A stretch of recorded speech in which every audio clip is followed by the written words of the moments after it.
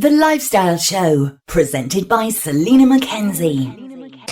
Now, she's been on the show many times before. It's always a great delight to welcome her back to tell us about the 10th instalment in the popular Thrown Away children's series. Welcome back, Louise Allen. Oh, hello. Lovely to see you or hear you. Ah, lovely to hear you too. So today we're talking about Willow's story. When did you start to foster Willow? Willow arrived around about 3 years ago. She lasted with us 6-7 months, I think. I jumble up the stories because, in case readers think there is a particular order, there isn't. It's just when I emotionally feel ready to write about the stories. But Willow is the first story I've written about that doesn't have a happy ending. Oh no, we don't want that. Oh, well, we won't ask you. We won't give any spoiler alerts. But obviously, we don't want it to be an unhappy ending. But how old was Willow when she was with you then? She was 11 years old when she arrived. She had been knocking around the care system for a little bit. She'd been in another foster home, which had gone horribly wrong. And to be honest with you, I didn't really want to take Willow on. We had just been through quite a stormy other placement, and we were having a break. And foster carers get referrals, usually sent to our email. And we had this referral of a little girl who, and I saw the word allegation next to her. And I thought, I do not want another child in my life to make another allegation against us, because it's a foster carer's nightmare, and it's something that we all have to live with. So I said no. Thank you. And then my supervising social worker kept saying, well, just take another look, because, read it again. And I read it again, and the allegation was against Willow, which I'd never heard of before. I'd never heard of anyone, a foster carer, make an allegation against a child. So this pricked my curiosity. Anyway, we ended up welcoming Willow into our home, and she was an absolutely delightful young girl. So we were pleased about that.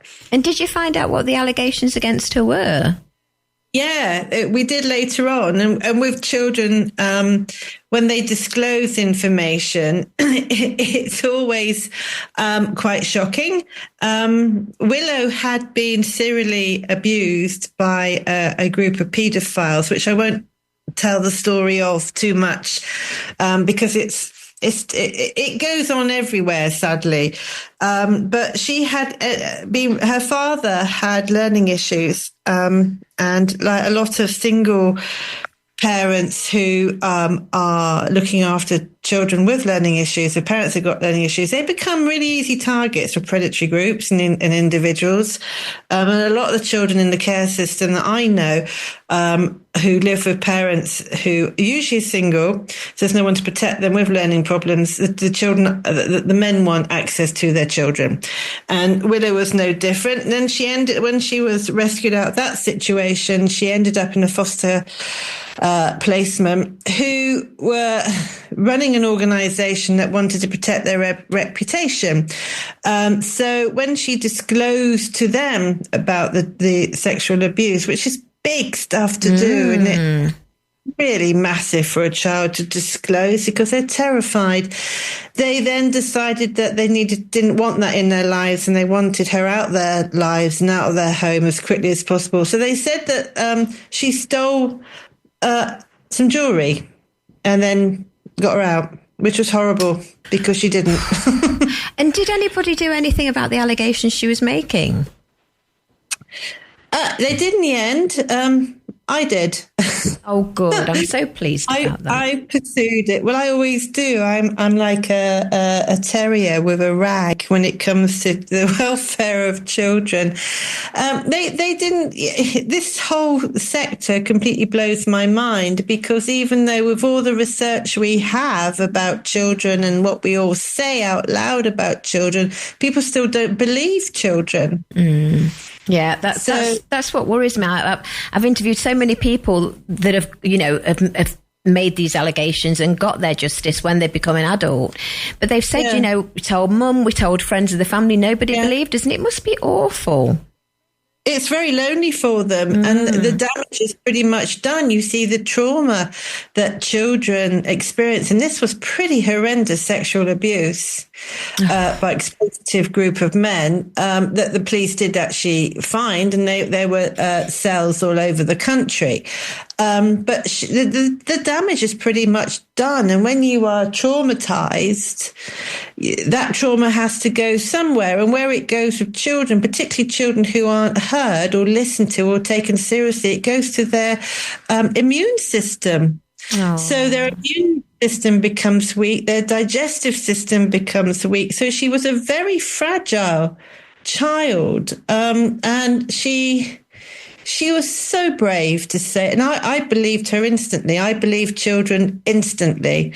And, you know, we'll deal with whether it's true or not later. But in that moment, they are telling me their truth. So I fought quite hard to get this through to the police. I went straight to the police. I didn't go through children's services. I didn't want the bureaucracy. And the delays for her, because why they share this information, you got to move quickly. So I went to the police and met two incredible police officers who were so skilled and careful about how they worked with Willow and extracted the truth and protected her. And they did that wonderful thing where she only had to tell it once.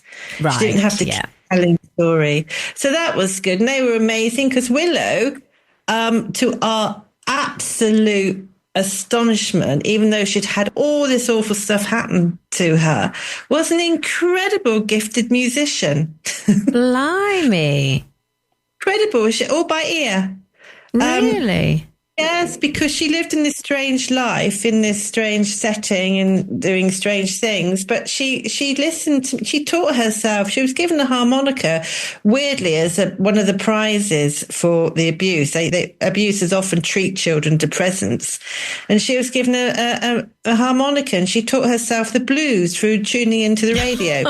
And that's not an easy instrument to learn, is it? Crikey. No, a beautiful sound, not like when I had a go and it was absolutely awful. She was brilliant. And then when she came, because what I love doing, particularly when girls come, because I'm really fond of looking after girls. I have birth sons, so they'll forgive me for this, is I take them shopping. And we had a lovely day out shopping, and we walked past a music shop. And she just stood there and looked at it. So I went in and she picked up a guitar and started playing rock guitar. That's incredible. What a gift. And the owners, I mean, everybody froze and just gathered around her. This funny little girl she's tiny, just sat there and played guitar.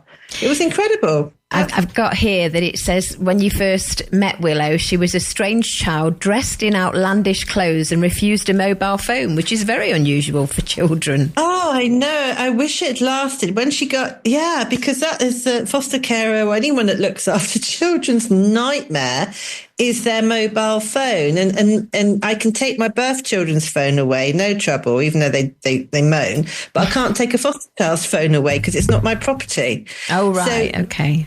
Oh, it's a nightmare. So when she arrived without a phone because of the strange history that she had, and she was in a very uptight foster placement that didn't seem to do anything, she didn't have a phone, and it was brilliant until she got a phone. And it was a social worker that said, I think it's about time she had a phone. And went, no.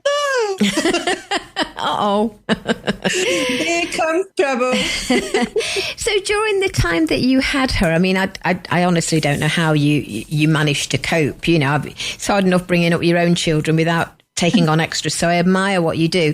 But did she change? Did she start to trust you? Over the time she was with you, did she change as a person? Yeah, she did. She became more confident. She became quite quickly one of our family. She's really, I mean, the funny thing about her was that she arrived she looked like, we used to say, she looked like a Hitler Youth. She arrived in, and all she had in her clothes was beige shorts, beige T-shirts or pale blue shorts or pale blue T-shirts. Oh. It was really old-fashioned clothing. It was really odd. And of course, I took her to one of the large fashion shops that I better not name. And they just had rock T-shirts. There was Motorhead, there was Black Sabbath, and she knew them all. And I had to buy a T-shirt.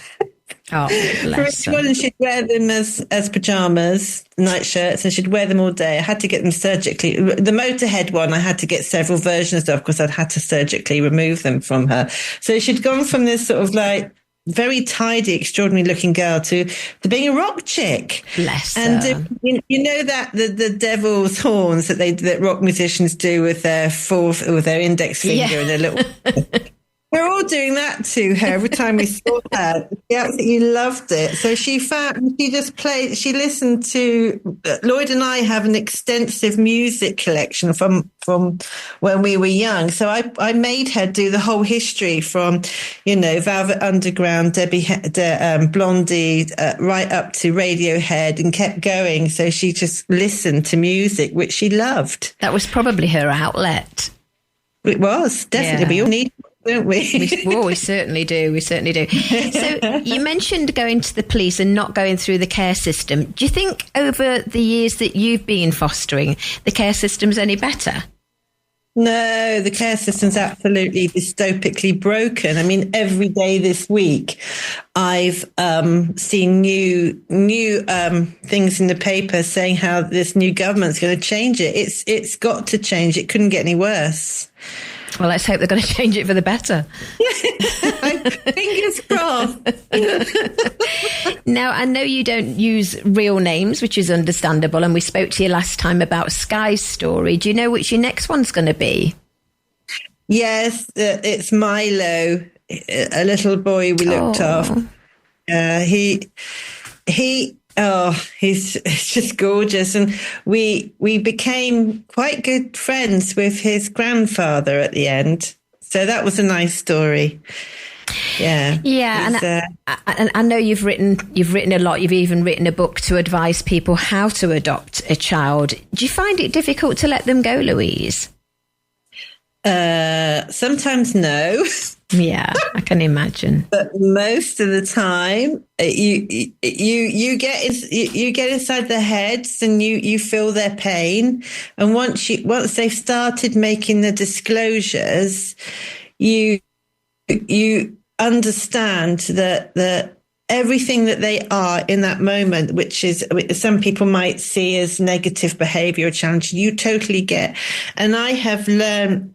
I'm looking after a girl now who, I've looked after, most of the children I've looked after actually have been described as attention seeking. It comes in their referrals, or it comes from teachers, or it comes just in conversation about their behavior.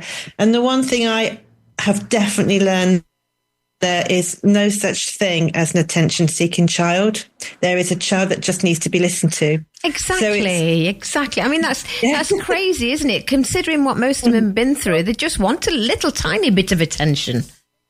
They just need someone to listen to them, to get them. And you got to put as a foster carer, as a parent, but as a foster carer, because I've got somebody else's stories. I've not just got the child's story. I've got their family's story that I have to jigsaw together to make a complete picture on why they're doing this, why they're behaving like this, why do they feel like this? How can we help them heal? How can we help them feel safe? How can we carry them on or help them on to the next stage? And sometimes they don't even leave me. I mean, yes, I remember you saying that last time. I still got children that are still here that, that will probably be in our lives forever. But there are some that, go back to their families and some that don't. But Willow's is heartbreaking because she's still dangling. She's still in limbo. But I won't tell you the story. But no, people will have to buy the book, and you'll only upset me for the rest of the day. So probably best not to. Are you allowed, for the ones that do leave you? Are you allowed, or do you keep in touch with them? Well, that's the story with Willow. You see, that is where it ends up. I try to. I've got one now who's trying to come back. Oh. You must have done a good job then. Well, I don't know, but she's one of them that's just started appearing again at our door and coming in. So who left a few years ago.